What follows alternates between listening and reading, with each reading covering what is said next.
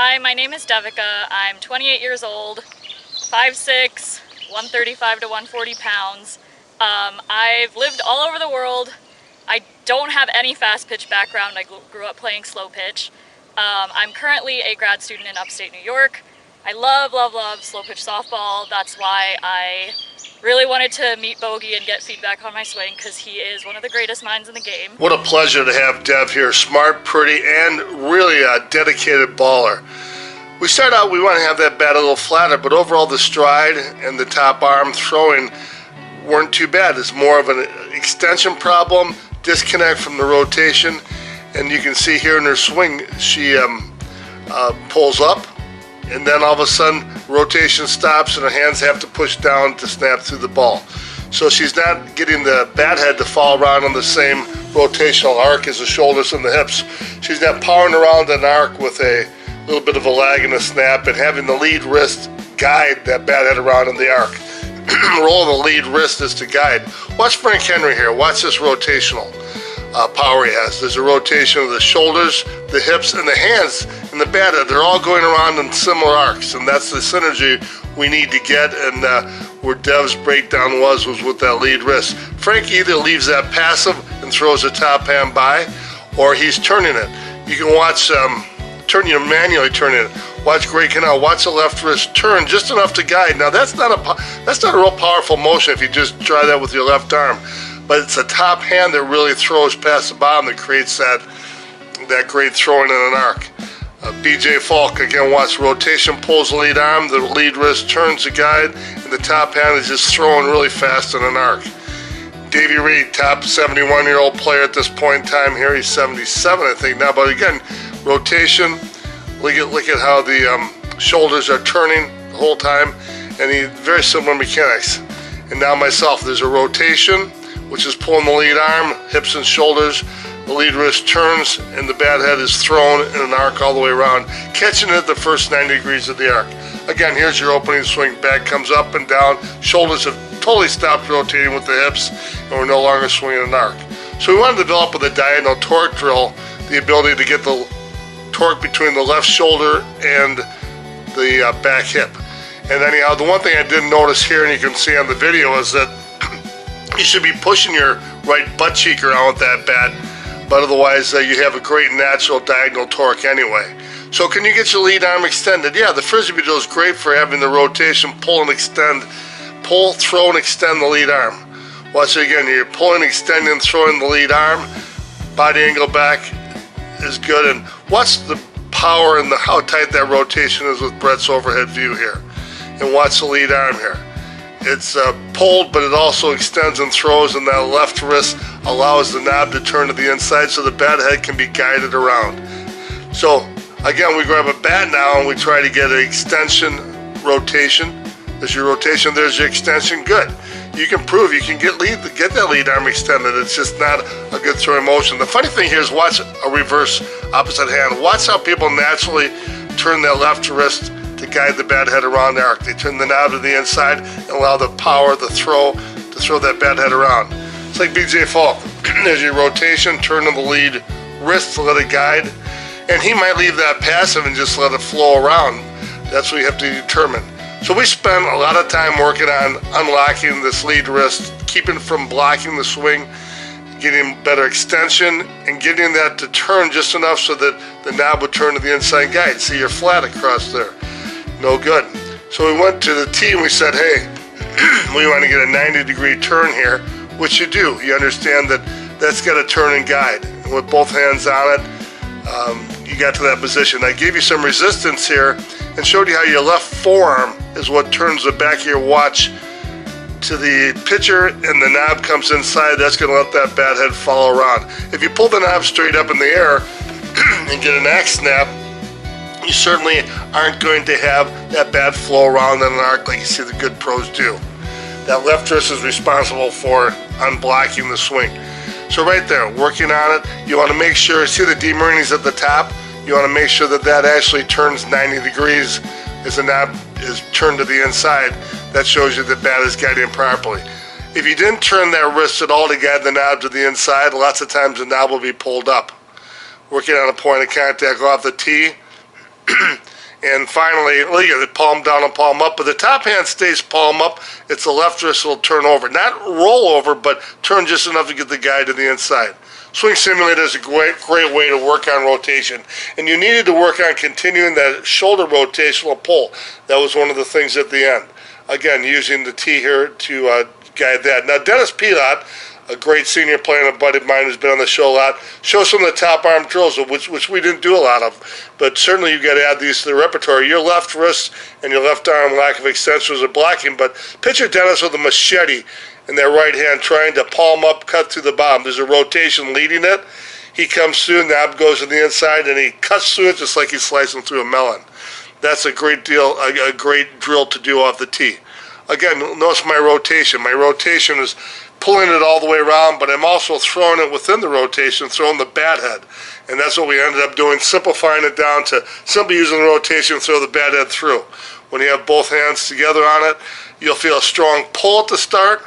See, he feels a strong pull, but then the top hand is throwing or pushing. So that's the throwing motion. Look at Brett here. There's a strong pull and throw from the left side, and then the top hand, pretty much palm up, just throws the bat head around through the ball and around in an arc. You want to catch the ball in the first bat head, rather, you want to catch the ball in the first 90 degrees. We spent over an hour working on trying to get the extension, rotation, and the snap through with the lead arm. Again, not much extension.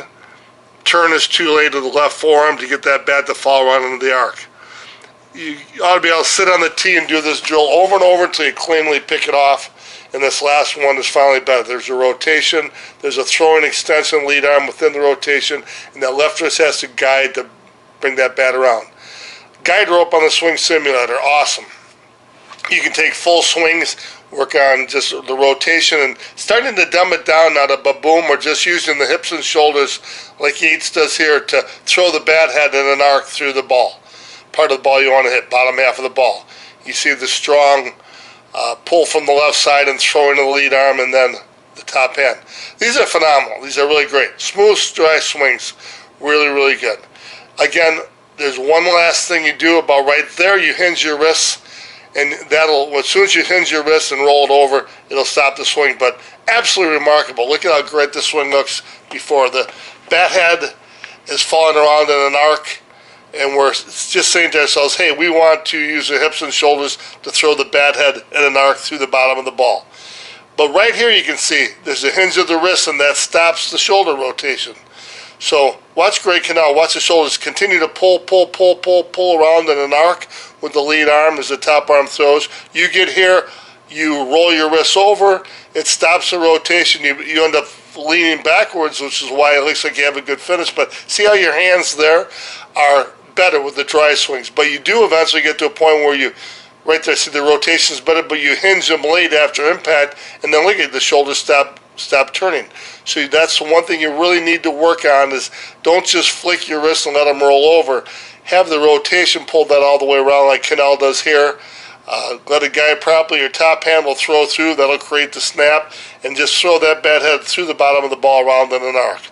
But the dramatic difference in the tee, you're able to cut the ball, you're able to go backside, you're able to hit the top and bottom of the ball. Just a phenomenal, it's just this last little bit there in the swing. You've improved about 12 miles an hour. Exit speed hits 76 miles an hour, and you're not a very big lady. But again, look at the smooth finish on it. And anyhow, just a great improvement and good mechanics. We went to short toss, and finally, before we went out live, if you can't get out in the field, it's important to balance tee work with the timing of live pitching. And short toss behind the net with the pitcher is a great way to do it. So here's the swings out on the field. Just a tremendous difference. You are getting the bat head to come around in an arc, but this drill right here, watch. You're supposed to pull all the way around. You stop pulling, you just flex the wrist. So something you have to really monitor. There's subtle changes and subtle differences you see, and there's subtle flaws, but you have to understand them. And that's going to make you get up even another level, 4 or 5 mile an hour increase, and another 10 to 20 feet. But look at here, the swing is just so remarkably different. You're now powering around in an arc. Your bat head's coming around because you're throwing the bat head through the ball. Your bat head's coming around. Here's your early swing again, where you change directions and just go down. Right here, you just power around in an arc, you throw from the top side, pull from the left, get extension, the lead wrist guides. That's why we do the drills, but right here, your only focus at the end was to use your hip and rotation to throw the bat head through the bottom of the ball, trying to slice through it.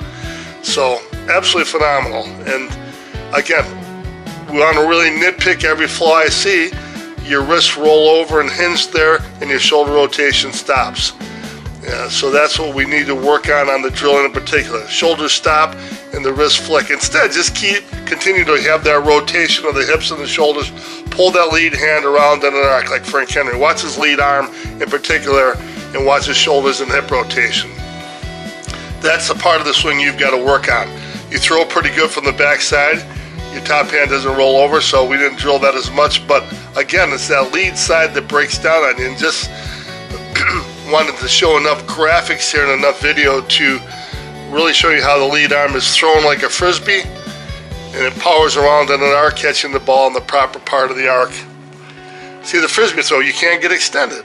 So look how similar this will look to Frank Henry's swing now, that rotation extension. Watch the lead arm. Look very similar. So the frisbee drill is a good drill, and then you just have to work on, finally getting to the point at the end where you can dumb it down and just say, hey, I've drilled, I'm going to look at the bottom of the ball, bottom half of the ball, so I can underspin, and I can go ahead and throw the bat head around an arc with my hips and my shoulders. Otherwise, tremendous improvement. Again, canal. It's that rotation. The power of that rotation is so intense, especially the upper body rotation. And the dry swings over the guide rope, I can carry you a long way, but just you get a feel for that. You get a feel for that rotation and how the shoulders rotate even farther to finish than the hips do. But they all work in sync, shoulders, hip, bat head, and it's a throwing motion, throwing through the bottom of the ball. Look at how powerful that is. Let's look at the live swings. Great to work with you, impressive.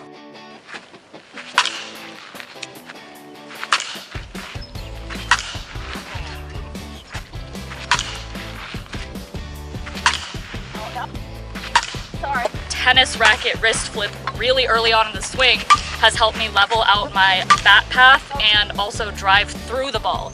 So it's helped me to coordinate a snap, rotation, and extension sort of all in one smooth motion, and that is something that I would never have figured out on my own. Ultimately, we worked 2 days hard on drills, but at the end, what do we dumb it down to at the end so you didn't have to overthink it? We said rotate, throw the bat head through the bottom third of the ball, and power through on the follow through. Swung some DeMarinis. This one's an ASA Juggy. This one's a U-Trip Twisted Mistress, both 27s. And these aren't even broken in. And someone my size, I got a max speed of 75 with this one and 74 with this one. They felt great. So I can't wait to get back and practice my new swing in games. I'm gonna increase my average, I'm gonna increase my power, and this was just an amazing experience.